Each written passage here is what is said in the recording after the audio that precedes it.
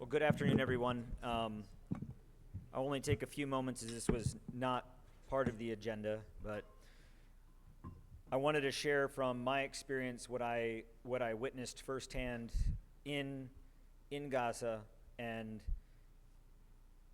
to reaffirm to everyone that will listen that what is happening in Palestine, specifically in Gaza, is not an accident or the course of war that is just the nature of warfare.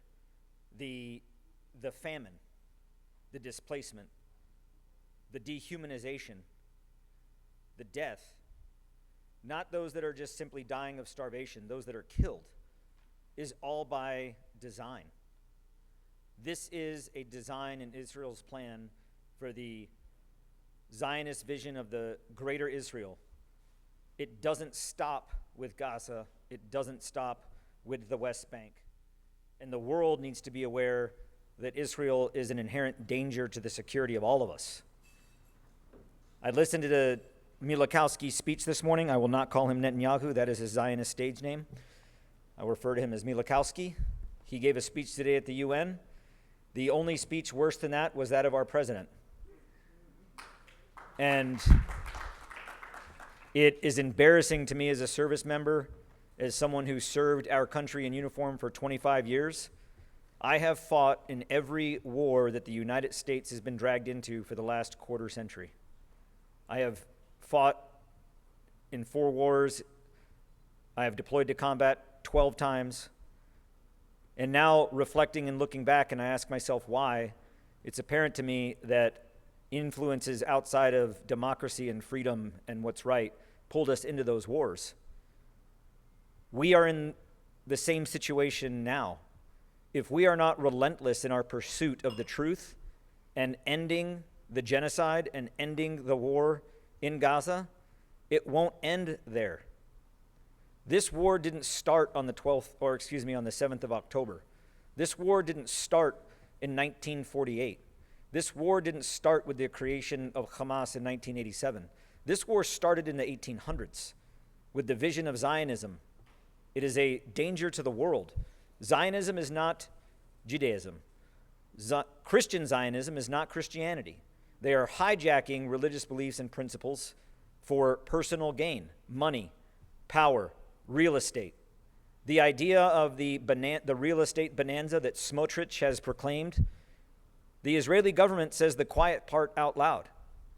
They have no fear in what they're saying and what they want to achieve. And if we think that their objectives are not to displace and kill the entire population of Gaza and then take it over and build a Riviera and a resort, we're lying to ourselves.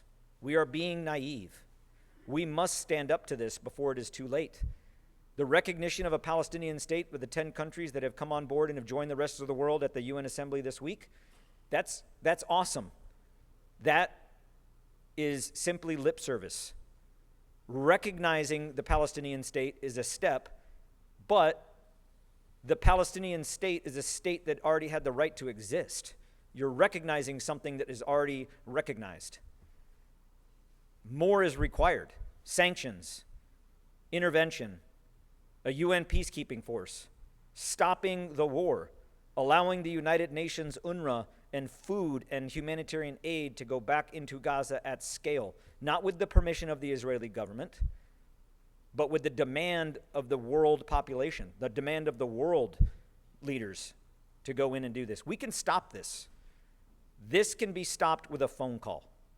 On Monday, I'll be back in, I'm leaving to Dearborn tonight for ArabCon, and I'll be back in D.C. on Monday to protest at the White House for Milikowski's meeting with Trump in the Oval Office.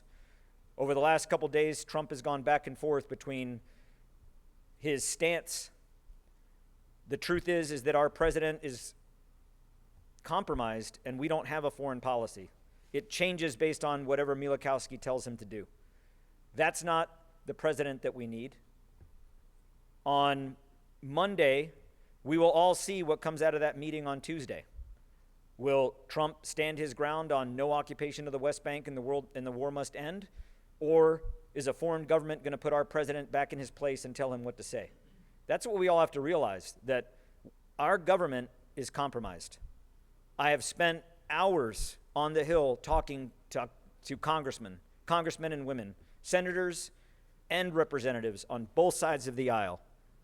And it is clear to me that it is not a question of right or wrong. It is a question of who's compromised and who isn't. Plenty of our lawmakers have stood up and spoken out, and there are many more that have not. We should not allow our country to be handed over to the influence of a foreign government that has a Zionist view of the world that is going to lead all of us into a more insecure, war-torn world. Israel wants perpetual war. We cannot stand for that. This is not about religion. This is not about ethnicity. This is not about politics. What is happening in Gaza and what is happening in the West Bank and what is happening to the people of Palestine is a stain on the moral fabric of humanity, a stain that is already there. How are we going to address that? Right now, we are at a point to where we still have time to stand up and say, this has gone too far and this is wrong. But in the coming days and weeks, we will lose that opportunity because Israel will displace and kill every Palestinian in Gaza, and there will not be a Palestinian state to recognize if we as a nation do not take action. So I implore everyone, remain relentless. Your voice matters. Get in a bus or in a car or drive yourself on the train to D.C. and go to your offices. That is the People's House, the Russell Building, the Dirksen Building, the Longworth Building. You can walk in there and knock on a door and talk to your elected leaders. Do it. Don't be afraid. They want you to believe that you have no power. They want us to believe that we don't have agency or a voice, and we do. What is happening in Gaza and on the West Bank, it will not end there. Trust me. I've seen Israel's plans for a greater Israel. We all have.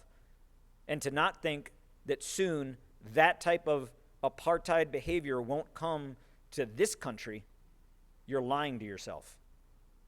We must make a stand, and we must do it now, or it'll be too late. One day we will all look back on this and say that it was wrong. We can say that it's wrong now and not have to regret history. Thank you for allowing me to say a few words, and it's an honor to be here amongst you all, and God bless you in everything that you are doing.